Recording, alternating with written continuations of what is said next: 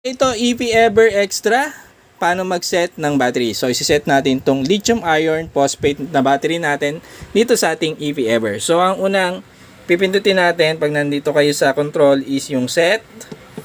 Tapos, pagka lumabas yung battery image dito is i-hold mo yung battery dito at hintayin mo mag-blink yung, yan guys, nagbi-blink. So, ito yung type ng battery.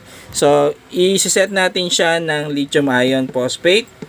So, ito ay 12 volts na lithium iron phosphate.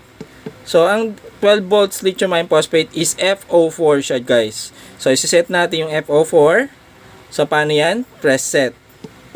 Para yun sa 12 volts na 4S lithium iron phosphate.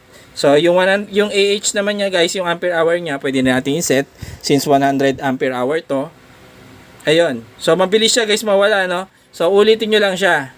So, pupunta kayo sa set, sa battery ulit. Hanggang mag-hold to. Ayan, type. Okay na yung type natin. Set natin. Sa ampere hour na tayo. So, since ito ay 100 ampere hour, so, set natin ng 100. Yan, set. Okay? Ito na yung temperature lang. Okay na yan. Then, set again. So, yun na guys. Set na yung ating battery.